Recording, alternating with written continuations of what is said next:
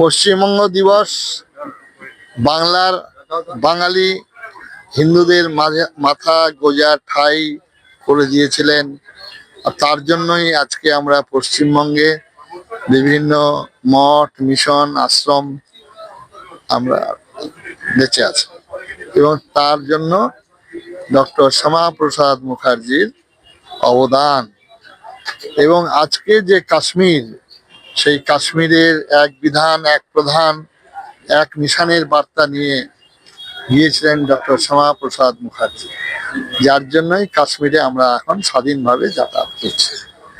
এবং সেটাই আজকে কলদান করছেন, যেটা বলেছিল যে ভারতবর্ষ আবার জাগবে, আবার উঠবে, চৈতন্যের শক্তি লইয়া, বিনাশের শক্তি লইয়া নয়, ধ্বংসের চিহ্ন লইয়া নয়, গৈরিক বেশ সহায়। আর সেটাই ভারতবর্ষের দিকে দিকে এখন প্রতিফলিত হচ্ছে। এতদিন অঙ্গ জেগেছিল, কলিঙ্গ জেগেছিল, আজকে বাংলাও জেগেছে। এটাই শ্যামাপ্রসাদ মুখার্জির শ্রেষ্ঠ অবদান।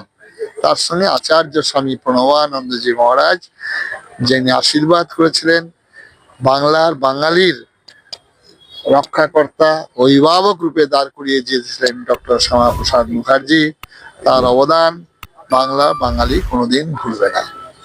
একটা অন্য প্রশ্ন মহারাজ, সেটা হচ্ছে আমরা দেখলাম যে রাম মন্দিরের যে তহবিল থেকে, আমি জানি না, আমি শুনে হতেই পারে,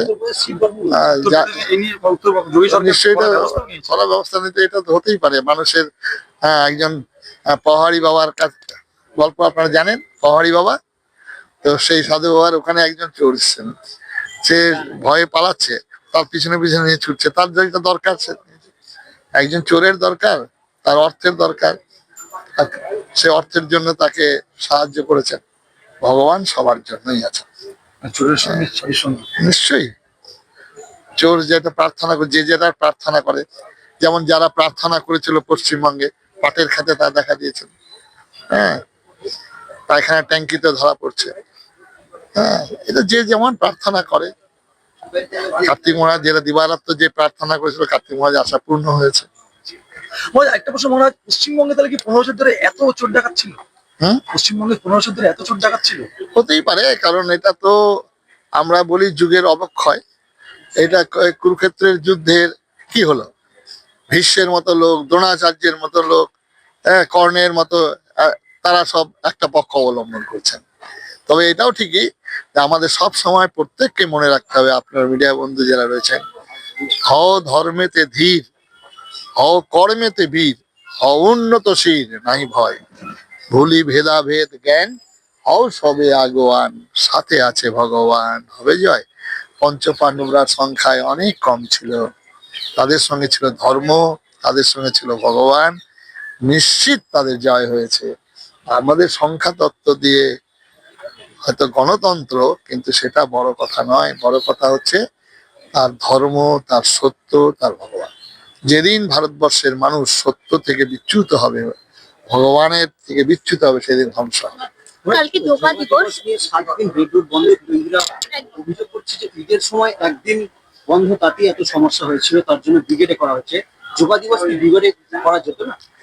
না, এই বর্ষাকাল তো, এই বর্ষাকালের জন্য ব্রিগেডে করতে গেলে অনেক অনেক ব্যয় সাধ্য হয়ে যেত। প্রত্যেক কাঠের পাটাতন দিয়ে তাকে করা হতো। ভারতবর্ষের প্রধানমন্ত্রী আসছেন, তা সেটা নিঃসন্দেহে কিছুদিন মানুষকে কষ্টভোগ হয়তো হবে, দুর্ভোগ হয়তো হবে, কিন্তু এই যোগ চর্চা সবার জন্য। এটা তো কোনো হিন্দু, মুসলমান, খ্রিস্টান, বৌদ্ধের জন্য নয়। মার এসে সবার পরশে পবিত্র তীর্থ নেবে, এটাকে আর সবাই মনে করতো এটা আমার দেশ।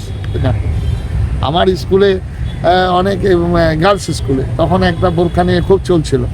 আমি নিঃসন্দেহে আপনাদের ধর্মীয় নির্দেশ পালন কোনটা সামনেটা, কিন্তু আশ্রমের স্কুলের গেট পর্যন্ত, স্কুলের ভিতরে যখন প্রবেশ করবেন, স্কুলের ড্রেস পরে আসতে হবে। তখন বললো মহাজি, তাহলে আমাদের একটা ঘর দিতে হবে। আমরা নিশ্চয়ই একটা ঘর দেবো, আপনার বোরখা পরে আসবে মেয়েরা, এসে এই গেট পর্যন্ত স্কুলের ড্রেস। এটা হচ্ছে নিয়ম, এটাই হচ্ছে। সুতরাং ধর্ম নিজে পালন করবে, সে নিঃসন্দেহ করবে।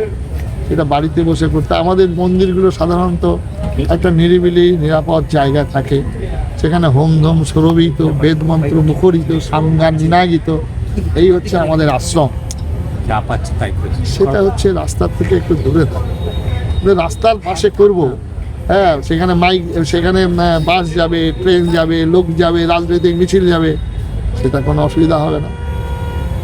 আর খালি বাজনার ক্ষেত্রে অসুবিধা হবে।